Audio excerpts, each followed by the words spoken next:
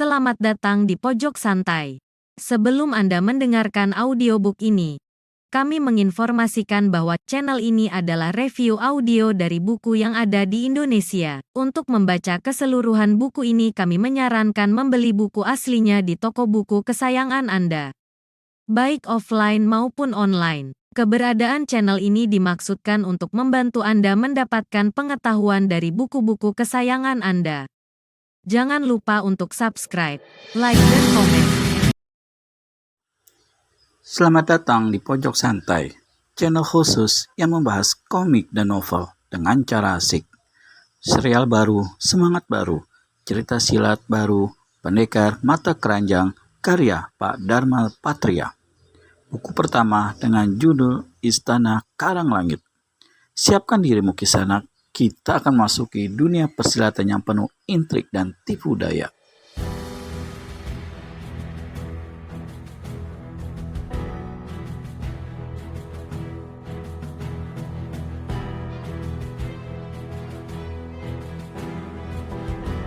Bras! Angin deras pukulan laki-laki bermata satu telah menghajar dada sang nelayan. Disertai jeritan tertahan, tubuh sang nelayan terbanting keras mengantuk sampak. Kembali terdengar lenguhan keluar dari mulutnya. Matanya sayu menatap dan perlahan-lahan memejam. Dan bersamaan itu tubuhnya tak bergerak-gerak lagi. Mati. Kita harus waspada, Nyai, gumam Sangsang tanpa menoleh. Di tempat seperti ini tak mustahil si bangsat Wong Agung memasang jebakan-jebakan mematikan. Sunti sepertinya tak mengindahkan kata-kata laki-laki bermata satu yang malah mendekat dan dengan mulut mendesah. Di sini udara begitu dingin. Bagaimana kalau kita menghangatkan tubuh sejenak? Lagi pula, kata Suntil diri. Nyai, belum selesai Sunti meneruskan kata-katanya, laki-laki bermata satu telah menyela tanpa menoleh. 3 dasawarsa, aku menyiapkan segalanya. 3 dasawarsa, kita memendam bara. Dan saat ini adalah akhir dari masa penantian panjang. Aku sudah tak sabar ingin menjajal ilmu yang kuperdalam selama ini. Dan aku ingin orang pertama yang merasakan ilmuku adalah penghuni batu karang itu, Wong Agung. Terdengar ada kegeraman dalam nada suara Sangsang yang berat. Kulit mukanya yang mengeriput sedikit mengencang. Mata satu-satunya berkilat meliak. Simpan dahulu amarahmu, Kakang. Kita masih harus menunggu hingga tiba saatnya. Saut perempuan tua bertubuh sintal itu meredakan amukan amarah Sangsang. Sunti lantas melangkah ke depan laki-laki itu. Lidahnya dikeluarkan sedikit, lantas dijilatkan ke bibirnya yang tipis dan merah saga. Melihat Sangsang seperti tak peduli, perempuan tua bertubuh sintal itu segera melingkarkan tangannya. Dan dadanya yang tampak mulai turun naik ditempelkan ke dada Sangsang. Laki-laki bermata satu sedikit kaget. Raut mukanya berubah seketika. Darahnya menggelegak, jantungnya berpacu lebih kencang, sehingga tubuhnya panas bagai dipanggang bara. Dan pandangannya segera dialihkan ke arah wanita di depan hidungnya. Perlahan-lahan pula tangannya bergerak menakuk punggung perempuan di depannya.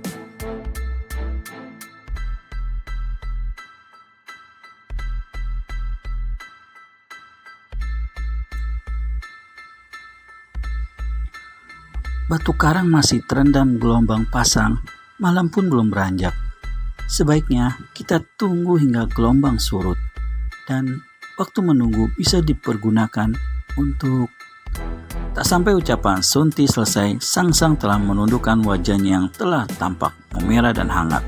Dilumacnya bibir tipis Sunti dengan bibirnya, dan tangannya digeser ke arah dada yang membukit indah. Di antara tingkah deru ombak, cekum. Kini tampak tubuh basah keduanya menyatu. Sesekali terdengar desahan napas panjang dan memburuk. Malam merambat makin jauh. Dan perlahan-lahan, ujung laut sebelah timur, langit tampak berubah warna. Cahaya kuning kemerahan sang mentari mulai merebak menyibak gulita malam. Bersamaan dengan itu, batu karang tempat laki-laki bermata satu dan perempuan tua bertubuh sintal berada tampak terang. Ke arah mana mata melihat, kini jelas tampak sedikit membuka satu-satunya mata yang dimiliki. Sangsang mendadak mencekal bahu Sunti di pelukannya.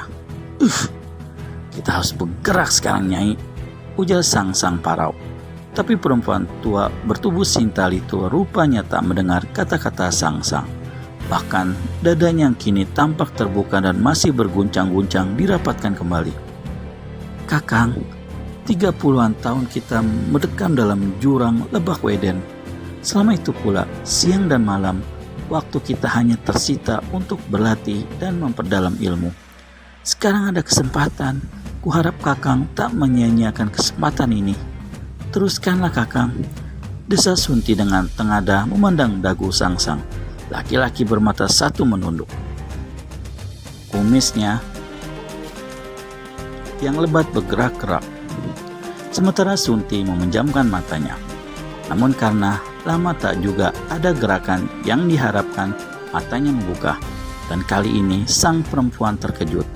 Mata satu milik Sangsang tampak merah dan memandang tanpa nafsu. Bahkan raut mukanya merah padam, rahangnya mengembang. Dari bibirnya yang tertutup kumis terdengar dengusan. Ingat Sunti, kita akan menghadapi pertempuran. Dan kini saat itu telah tiba. Simpan dulu gejolak nafsumu. Jika tidak, kau akan tahu akibatnya. Mendengar ancaman itu, buru-buru Sunti melepaskan rangkulannya. Kepalanya ditarik dari dada bidang Sangsang. Dan tanpa menutup dadanya masih turun naik dan terbuka, kakinya mundur 2 langkah dengan kepala menunduk. Sunti, kita tunda dulu permainan ini. Kurasa untuk mencapai puncak batu karang, kita masih harus mengeluarkan tenaga. Ujar laki-laki itu agak pelan saat Sunti beringsut dengan sedikit ketakutan. Mengapa Kakang berkata begitu? Tanya perempuan tua bertubuh sintal itu memandang agak heran.